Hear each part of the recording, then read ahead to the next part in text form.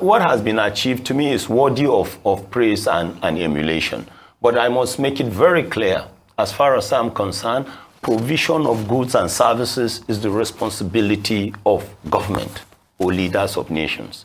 Because leaders are citizens that citizens like you and I, elected and handed over their economic, political, and social destinies to manage in national interest. And to that extent, it is the responsibility of leaders to take care of individual and corporate citizens. And when you talk about provision of goods and services, fine, Dangote is a private initiative. To me, private initiatives are not after the provision of goods and services because they love citizens. They are after profit maximization and cost minimization. Cost minimization and profit maximization. And if in the process there is a need for human resource to aid them, they do that. Because as far as I'm concerned, if somebody constructs a factory or an industry in a community, and that investor, of course, is a private initiative, he didn't or she didn't do that because they love the citizens. They did that because based on their feasibility studies, they are likely going to maximize profit and minimize cost. Then for Dangote, of course, is something great for Nigeria, is something great for the West African sub-region. I also feel it's something fantastic for the continent of Africa and the global oil and gas industry, especially the downstream. But when I hear people saying, oh, Dangote is coming to solve the problems of downstream sector in Nigeria, I tell them to, hey, hold on. Nobody is even asking where Dangote got the funds from. As far as I'm concerned, you can get the funds from either of two sides, either from creditors. If Dangote got the funds from creditors, Dangote must pay the cost of debt. The only way Dangote can be able to do that is for Dangote to maximize profit, minimize cost. And if Dangote got the funds from shareholders, dividends must be paid to shareholders. And the only way to do that is by maximizing profit. But at the end of the day, Dangote initiative is going to help in bridging what I can best describe in this context as energy sufficiency or energy gaps. That's what, because the refinery will take care of the liquids, well, excluding the cooking gas, it will take care of liquids like petrol, diesel, kerosene, aviation fuel. Then the petrochemical is going to take care of so many other things that will help in boosting our GDP. But we should bear it at the back of our minds that private initiatives are private initiatives. At the end of the day, they will comply with their civil responsibilities of paying taxes and levies. That will help the revenue, which I totally agree with. But private initiatives are private initiatives. National initiatives must come from government and leaders of nations.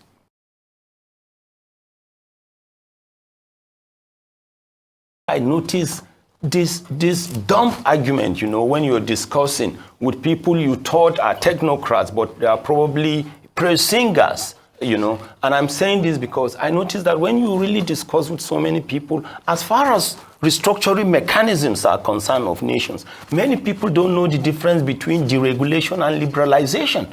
If you ask them the difference between commercialization and privatization, they won't be able to tell you.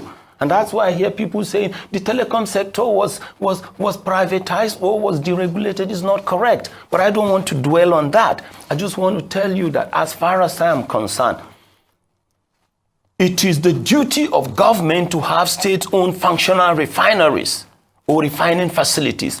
In the days of Gaddafi of Libya, state-owned refineries were functional. If you go to Iran, they exist. If you go to Iraq, if you go to Malaysia, if you go to Saudi Arabia, if you go to Indonesia, if you go to Qatar, they exist.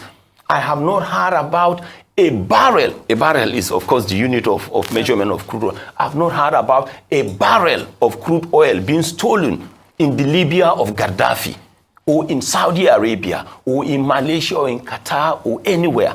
I have not heard about a pipeline vandalization in any of these countries. As far as I'm concerned, state-owned refineries work, and that's why they are there. And when I hear people are saying, even if we were to have our own functional refineries, state-owned refineries, they're supposed to be supply crude at international price. I get surprised also. The international price has to do with cartel. Cartel comes in because there is a need to protect members. Local consumption has nothing. The way and manner they take care of their respective internal domestication concerns have nothing to do with the philosophy of the cartel. That's why even when you talk about crude oil, you have the quantity that is regulated by the cartel for sale to the international market. And that's why our condensate is not under the control of the cartel. But when I hear people saying even the crude oil must be supplied to local, no. But for Dangote, because it is a private initiative, you have to do that. The commissioning was done yesterday. Fantastic. Now the next thing will be the practical crystallization of activities. Yes. I will expect to see refined petroleum products that we technically call distillates. But another thing again that I will say is this. As far as I am concerned, the next question for industry watchers like me is, now we need to convey and deliver crude to the refineries. How do we intend to do that? Are the pipelines ready for delivery? It's a question. If we're not going to use pipelines, are rail lines and wagons available? And if we can say work in progress, when will that happen? Are we going to use tankers and trucks? And if we're going to use tankers and trucks, what happened to the already existing congestion on roads like Lagos-Ibadan Expressway and the kind of soil chemistry that we had in this part of the country and what we are seeing?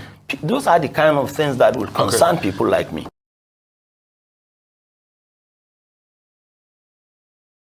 The biggest mistake, quote me that I said, and let time, history, and posterity judge. Where are the greenfield refineries that we were promised?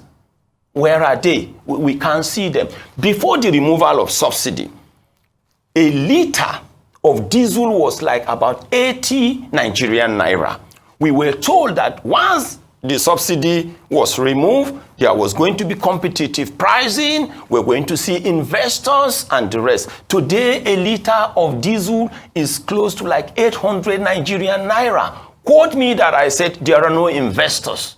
Let anybody prove me wrong. The only thing we have experienced has been the collapse of strategic industrial sectors, collapse of strategic commercial sectors, and the collapse of strategic domestic sector. And strange enough, even the Finance Act, the only thing we experience about the Finance Act is just adding and increasing taxes. Even people, those who were supporting the government and the finance bill and acts, have seen it now. So the biggest mistake, the coming regime, whoever the Almighty will crown, effective 29th of May, 2023. You have a doubt about that? No, I said effective. I don't know who will be crowned. And I said, whoever the Almighty crowns, effective that day. The biggest mistake that person will do is to remove subsidy on the price of the only remaining product. Nobody will show us the values we have derived by removing subsidy on the price of aviation fuel, apart from mass sack, mass cancellation of flights and delays. Nobody will show me anything that we have gained from even the removal of subsidy in the price of kerosene. Sometimes I hear people saying we are not doing well because we are a monoproduct economy, and I ask,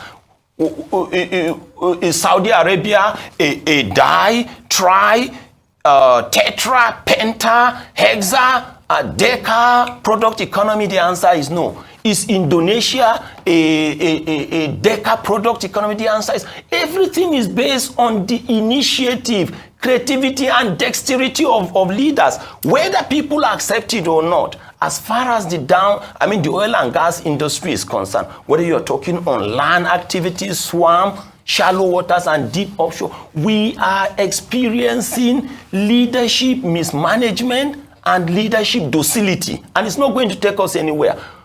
Show me one OPEC member nation that has comatose refineries. Show me one OPEC. Venezuela. No, you see, the mistake everybody is doing is this. The biggest mistake anybody will do is to compare Venezuela with any OPEC member nation. Venezuela is confronting a superpower. That's a political conflict. You said I should show you. So okay, show me, but I've given you the reason. What Venezuela is going through, if Nigeria were to experience 1/10 of that, Nigeria will be wiped out of the map of the globe. I mean, Nigeria has been... What will happen to us? People like us. Okay, what will happen? No, don't preach I can't even apocalypse. explain. We have been reduced to a country of melancholies because this is a country where you produce so much beans. But if there is a need for you to buy akara, you go to somebody who does not even cultivate at all. We have been reduced to a country where you produce so much cassava. If you need cassava flour or gari, you have to go to somewhere and meet somebody who does not even cultivate at all to buy.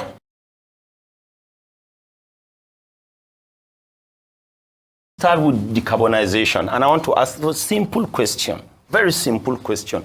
Will there still be road construction? Will people still ride cars? Will there be cars? Okay, what happened? Will you require bitumen during construction? How do you get the bitumen? By the time those people answer those questions, I mean, we will be done and dusted. I can tell you, as far as I am concerned, when people start, a lot of those who are selling these ideas to you, petrol is not part of their problem. Basic electricity is not part of their problem. You know, cooking gas is not part of their problem. But you're talking about a country like Nigeria with all the endowments. Okay, look at the recent discoveries around Gongola Basin, you know, Kolmani. Recently around the Benue Trough, you know, Nasarawa State. Even the Lagos. Lagos belongs geologically to what we call Dahomey Basin. It is within Nigeria that you will know that it is not the volume of endowments that you have, but it's the creativity of your leaders. You're talking about a country of 200 million citizens, right? Apart from the strategic sectors, relying on less than 10,000 megawatts of electricity. Do you expect anybody to tell you that you will run into energy crisis? You're talking about a country where the last time Nigeria constructed a refinery was in 1990 or 1989, 34 years ago. Do we need anybody to tell us that we're going to run into energy crisis? When we went into democratic governance, you're talking about 24 years. Even if it will take 10 years to construct a single refinery, Nigeria should be having 2 at least functional refineries. But what we keep saying is this: Nigeria is a member of that cartel called OPEC. Okay. Right? Why are other OPEC member nations not having similar problems? Okay. Nigeria is a member of gas exporting countries forum. In terms of how realistic, 2 points, and what no, needs it's to be not in place? going to be realistic. It's not possible because... So it's not possible at all? It's not, because I've told you about the number of rigs at the moment. Okay. Yes. I mean, it's not going to be realistic. We've never produced over 2.5 million barrels per day. Never, ever. So it's not going to be realistic. A couple of questions. Now, let's talk about, and just to fact check you, I was just teasing you when I said Venezuela.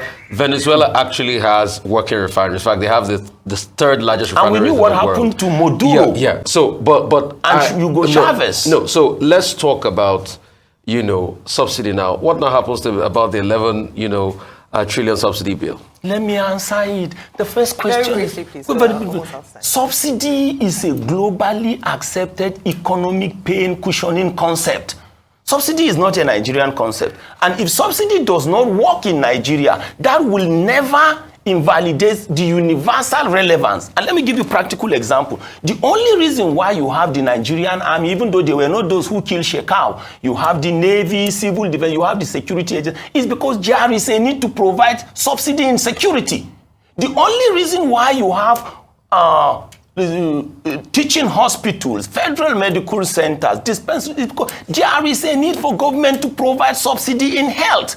The only reason why you have public universities, polytechnics, and secondary schools is because there is a need for government to provide subsidy in education. Okay, so land on the point. So I want to do the biggest mistake this government will make is to say they will not provide subsidy in energy. Well, except that Bala Zakka, yes, after June 30, or is it May 29, as we've been told, we'll be facing debt to service ratio of over 40 trillion, waste and means of over 22 trillion, serious debt. So if we don't remove fuel subsidy, who is going to fund that subsidy you are arguing for? Okay, the question is this. What would have happened if we didn't even have crude oil at all? That's the question we'll ask. What if we didn't have crude oil at all? Thank you so what much. What will have Mr. happened? Zakka. Thank you. Are we going to go into slavery and extinction? Thank you Put so your much. thinking caps, the next generation of leaders.